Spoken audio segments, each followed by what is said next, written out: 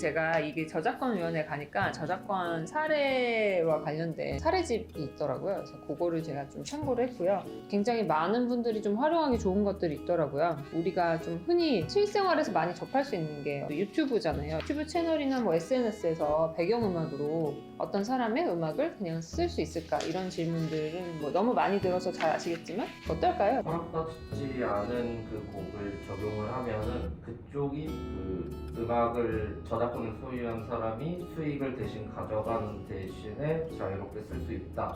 또는 이제 그쪽에서 제재를 걸면 사용할 수 없다가 보통 되는 걸로 알고 있습니다. 근데 그건 아마 유튜브 정책인 것 같고 기본적인 거는 이제 우리가 음악을 활용할 때는 그 음악의 저작권자와 저작 인적권자, 아까 우리가 인적권자에 대해서 얘기를 했잖아요. 저작권자, 저작 인적권자로부터 이용 허락이라는 그 사용에 대한 허락을 받아서 사용을 해야 되고, 그렇지 않게 되면 저작권 침해의 소지가 있게 돼요. 저작권 침해를 하게 되면 이제 두 가지가 있는데, 민사적인 손해배상 청구가 가능한 사안이 되고, 또 저작권 침해와 관련해서는 소송도 가능하기 때문에 형사적인 처벌 조항도 있기 때문에 이런 부분들은 사실 좀 주의를 할 필요가 있죠.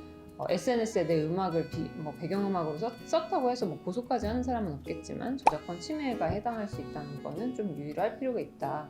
그 실현자에게는 그럼 허락을 구하지 않아도 되는 거고 그 임적자분들에게 허락을 구하면 사용을 할 수 있는. 아니요, 보통은 다 같이 허락을 받아야 돼요. 근데 이제 이걸 우리가 일일이 찾아서 허락을 받는 게 굉장히 어렵잖아요. 그러다 보니까 저작권위원회에서는 저작권 비즈니스 지원 센터 안에 뭐 디지털 재산권, 디지털 저작권 거래소를 만들어뒀어요. 그래서 거기에는 거래소처럼, 우리가 흔히 아는 거래소처럼 되어 있는다기보다는 우리가 뭐 필요한 음반을 검색하면 이용 허락 계약을 체결할 수 있도록 그렇게 해두었고, 이용 허락 계약을 체결하면 음반을 신탁해서 이제 음원을 신탁해서 보관하고 있는 이제 협회가 있거든요. 그 단체에서 이 음원 수익료를 다 보관하고 이제 다 수익료를 받아서 그거를 이제 권리자들에게 권리 비율대로 배분을 해주는 역할을 하고 있습니다. 그래서 우리가 그 이용 허락 계약을 그 시스템을 통해서만 체결을 하면 그 협회를 통해서 각 이제 권리자에게 저작권료가 배분이 되는 거죠. 저희는 그냥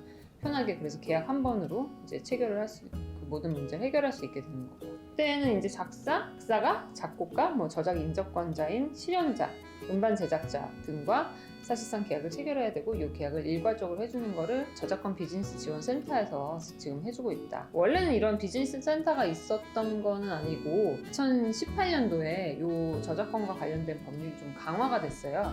그러니까 뭐 우리가 이렇게 생각해 볼 수 있을 것 같아요.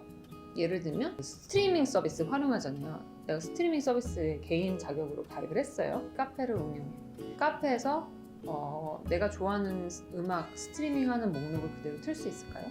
사업적으로 이용하려면 돈을 또 따로 뭘 내야 되는 걸로 알고 있는데. 맞아요. 그게 바로 2018년도에 이제 들어온 법률인데요.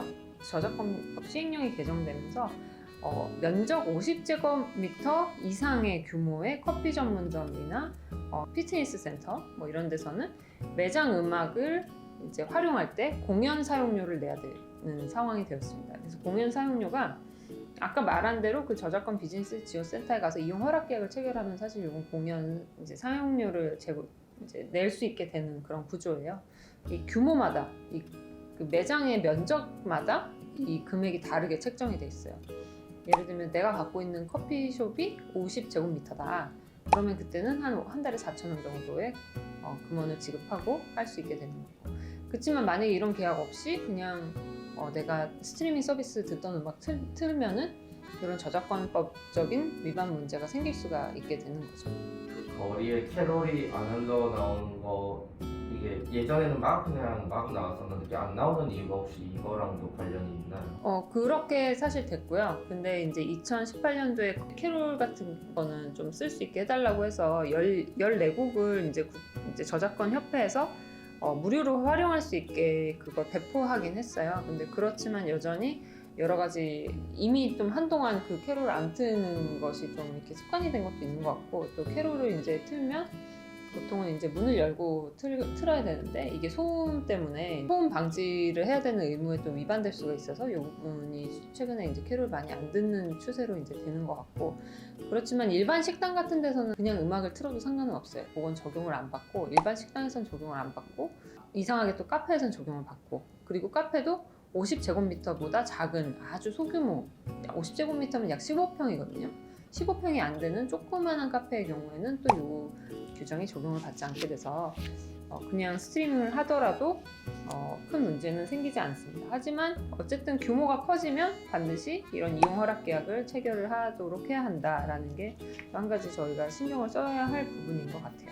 마찬가지 얘기인데, 만약에 뭐 내가 mp3 파일을 그대로 구매를 해서 개인 블로그에서 스트리밍 형태로 이거 흘러나오게 한다, 이럴 때는 어떨까요? 거의 비슷한 사례긴 한데. 근데 안 되지 않을까요? 맞습니다. 지금까지 본 거랑 똑같이 이제 안 되는데, 그 이유가 아까 말씀드린 거랑 동일한데요.